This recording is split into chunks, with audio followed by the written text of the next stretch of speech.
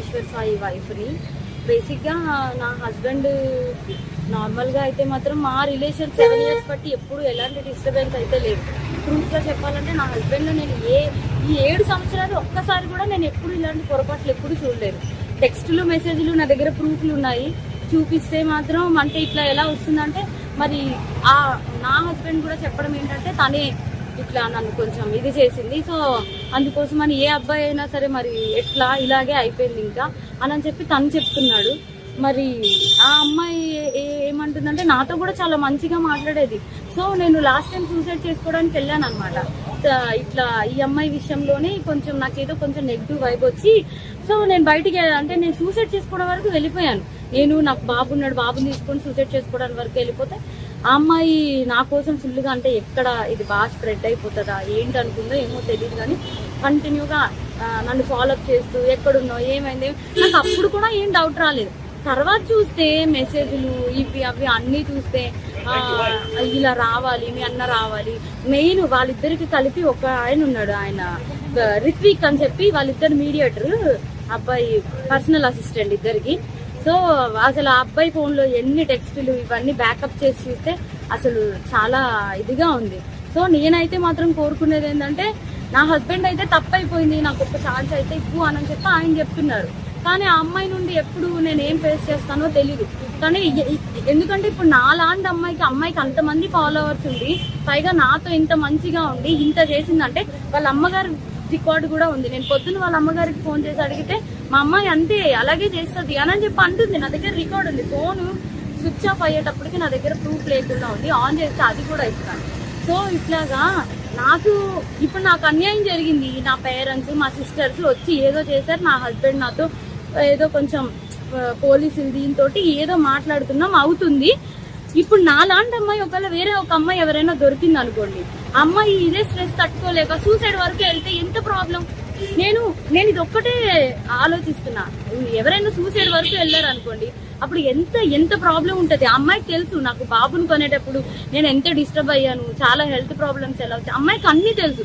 ఒక ఆడపిల్ల అయ్యి ఇంకో ఆడపిల్లకి అంత త్వరగా ఎలా మోసం చేస్తుంది, అది కూడా నా పక్కనే ఉండి మళ్ళా ఈశ్వర్ నిన్ను మోసం చేయట్లేదు, నేను అలాగా నీకోసం ఏడుస్తూ ఇంత చేస్తూ నా హస్బెండ్ తో అసలు అది ఎట్లా ఉండగలుగుతుంది. నా హస్బెండ్ కి డ్రింకింగ్ హ్యాబిట్ కూడా లేదు, అలాంటి తను డ్రింక్ కూడా చేయించారంటే అసలు నాకైతే అర్థం కావట్లేదు. అసలు ఈ ఫోక్ ఇండస్ట్రీ అంటే నేను చాలా ఈయనకి మంచి వాళ్ళందరూ చాలా మంది మాట్లాడుతుంటే అబ్బా చాలా ఇట్లా ఉంటది అట్లా ఉంటది అనుకున్నా కానీ ఇంత అన్యాయం నా వెనక ఇలా జరుగుతుంది అని చెప్పి నేను ఎప్పుడైతే అనుకోలేదు.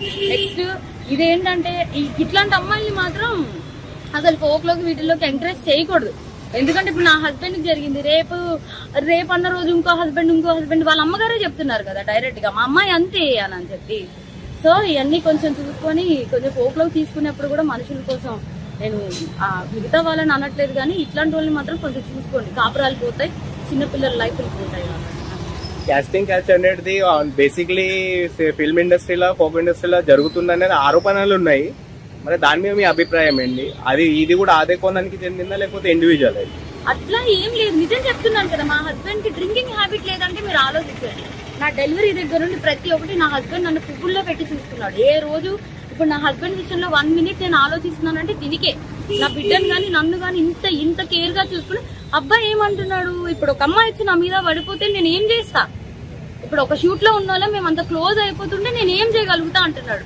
అప్పుడు నేను నా హస్బెండ్ చెప్తున్నాను నువ్వు చేసింది తప్పు, మరి అమ్మాయి పడితే మరి నీకు తెలీదా, ఆబ్వియస్ గా ఒక అబ్బాయి ఇప్పుడు నీకు పెళ్ళం బిడ్డలు ఉన్నారు నీకు ఆ మాత్రం తెలీదా అంటే ఇంకా అయిపోయింది ఏదో అయిపోయింది. కానీ ఆ అమ్మాయికి తెలియాలి కదా, ఒక ఆడపిల్ల మరి తనకి తెలియాలి కదా.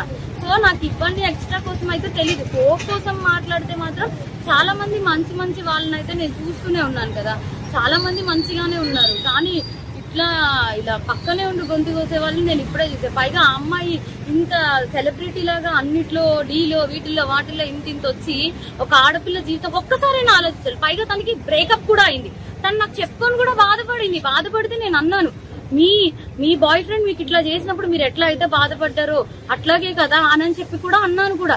తనకి ఆ మాత్రం అసలు ఏవి గుర్తు రాకుండా ఇంత ఎట్లా చేసిందో నాకు అర్థం కావట్లేదు. ఎందుకంటే మీరు అనుకోవచ్చు ఇప్పుడు ఏంటి ఈ అమ్మాయి కోసమే చెప్తుంది వాళ్ళ హస్బెండ్ కోసం. నా హస్బెండ్ 7 years బట్టి నేను కాపురం చేశాను కాబట్టి తన కోసం నాకు తెలుసు.